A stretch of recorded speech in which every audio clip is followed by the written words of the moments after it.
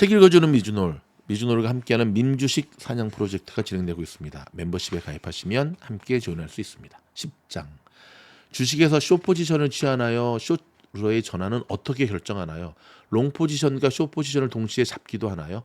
마크 롱과 숏을 동시에 거래하는 일은 거의 없습니다. 저는 롱 포지션이나 현금을 보유합니다. 약세장에서는 숏 포지션 위주로 거래합니다. 주가의 꼭대기가 형성되면서 주도주 가격이 깨지기 시작하면 숏 태세로 전환해서 공매도를 할 수도 있습니다. 만약 큰 규모의 돌파세가 보이면 거래량이 적은 상승 종목들에 비해 숏 포지션을 취하기도 합니다. 저는 매도세가 다시 형성되면서 하락 방향으로 거래량이 증가하기 시작할 때 포지션에 들어갑니다. 라이언 롱과 숏을 동시에 잡을 수 있는 장사가 매우 드뭅니다. 시장에서 어느 한 방향으로 추세가 보이면 그 방향에 기대해야 합니다. 횡보장에서는 어떤 방향이건 트레이딩이 어렵습니다. 저는 대부분 롱 포지션에서 돈을 벌었고 약세장에서는 벤치로 나가 쉴 때가 많았습니다. 쟁거 롱 포지션과 숏 포지션을 동시에 가져갈 수 없을 겁니다. 시장이 강세인데 왜 숏에 들어가나요? 숏 포지션으로는 강세장에서 절대로 이익을 낼 수 없습니다. 저는 주로 한순간에 주가의 방향이 반전되고 제대로 대응할 시세도 없이 수익률이 뒤집힐 수 있는 변동성이 굉장히 큰 주식을 거래하기 때문에 숏 포지션에 들어가는 일은 거의 없습니다. 한창 때는 숏으로 아주 큰 성공을 거둔 적도 있다고 말씀드릴 수 있는데요. 전부 장기간 가파른 상승세 또는 상승 채널 를 형성하고 동시에 기대에 못 미친 실적을 낸 주식에서 나왔습니다. 실제로 2004년에 실망스러운 실적을 발표했던 이베이 거래로 큰 수익을 얻었습니다. 16만 주를 숏을 넣었고 주가는 10분도 안 되어서 $20나 추락했습니다. 얼마를 번 거야? 실적 발표 후 며칠간 계속해서 주가가 떨어졌고 저는 이익을 확정하기 위해 커버, 숏 스퀴즈에 들어갔습니다. 하지만 이런 식으로 공매도에 성공하는 일은 매우 어렵고 드뭅니다. 리치 2세 롱보다 숏이 훨씬 어렵다는 걸 깨달았기 때문에 숏 거래는 훨씬 덜 하고 방법도 달리합니다. 시작 단계로 사전에 아무런 기초 포지션을 갖고 있지 않다면 개별 주식을 공매도로 고려하지는 않습니다. 저희 원칙상 이론적으로 무한 손실이 일어날 수 있는 거래는 하지 않기 때문입니다. 저는 옵션을 통해서만 그리고 리스크와 보상에 대해 쉽게 알고 가능성을 예측할 수 있을 때에만 숏 포지션에 들어갑니다. 시장 전체에 대해서도 이런 규칙을 적용하는데 인덱스로 시장에 대해 숏 포지션을 취할 때도 옵션이나 때로는 선물을 통해서 거래합니다. 저는 큰 브레이크 아웃을 눈여겨보다가 숏에 들어가는 편입니다. 사람들이 말하는 데드캣 바운스가 나타날 때 숏 거래에 들어갑니다. 신고가를 갱신해서 가격대가 형성되었을 때는 숏 포지션을 취하지 않을 겁니다. 제가 보기에 이건 단기간에 돈 잃을 준비를 하는 거나 마찬가지니까요. 오케이, 요거까지 읽어드리고 제가 정리해드리겠습니다. 11장 관심 종목 리스트에서 선호 종목을 거래하려고 다른 종목 거래는 보류한 채 선호하는 주식에서 매수 신호가 올 때까지 기다리는 경우가 있나요? 마크 저는 선호하는 종목은 갖지 않으려고 노력합니다. 감이 꽤 좋은 편이지만 제 자신의 의견은 신뢰하지 말아야 한다는 걸 깨달았습니다. 결국 제 의견이 틀리기 때문입니다.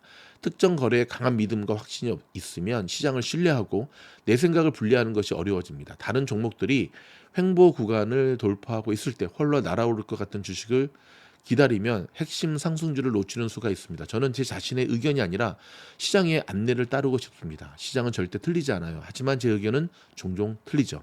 라이언 아니요. 만약 다른 종목들이 제가 찾고자 하는 특징을 모두 보이며 매수 포인트를 뚫는다면 저는 바로 매수에 들어갑니다. 관심 목록에서 선호 종목들이 다시는 움직임을 보이지 않을 수도 있는데 그러면 다른 상승 종목에 투입할 자금이 묶이게 됩니다. 쟁거. 네. 종종 그러긴 하는데 선호 종목이 상승 움직임을 보이기 전에 베이스를 탈출하는 새로운 종목이 다음 대박 주식이 될 수도 있으니 항상 주의를 기울여야만 합니다. 저라면 선호 종목이 아닌 브레이크 아웃이 나타나는 새 주식을 거래하겠어요.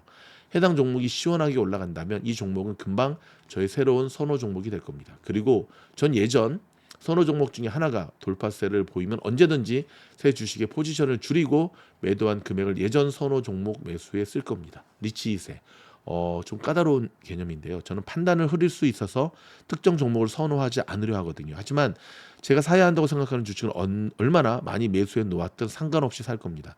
선호 종목의 매수량을 이미 분배해 놓았는데 제가 보유하고 싶은 선호 종목이 아직 매수 요건을 충족하지 못했다면 선택을 해야겠죠. 그런데 시장이 저보다 더 영리하다고 생각하기 때문에 다른 주식이 제가 정한 매수 요건을 만족시켰다면 보통 매수를 고려하지는 않습니다.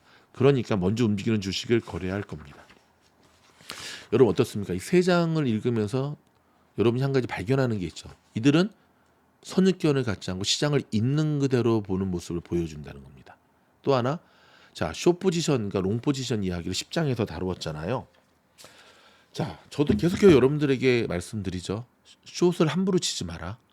특히 요즘 같은 장에서는 물론 숏도 못 치는 사람은 반성을 많이 해야 된다. 미국에 계신 분들 가운데 요즘 한국도 뭐 인볼스가 뭐니 많이 나왔으니까 하는 방법은 다 할 줄 알아야 돼요. 할 줄은 다 알아야 되는데 안 하는 거예요. 근데 그럼 숏은 어떻게 해야 되느냐? 코로나 때 2020년 3월 한 달 내내 빠졌잖아요. 911 테러 났을 때, 서프라임 모기 사태 터졌을 때, 그럼 그때 숏도 못 치는 사람들은 어떻게 해야 되나요? 숏은 결정적일 때만 치는 겁니다. 결정적일 때. 여러분 타짜 영화 보면 고니가 그러잖아요. 결정적일 때 아니고는 걸지 말아라. 아셨죠? 변함없이 여러분들을 응원합니다. 저희 미주널의 도서원에 동참해 주신 분들께 정말 감사드리고요. 여러분과 함께 만들어가고 있습니다. 고맙습니다.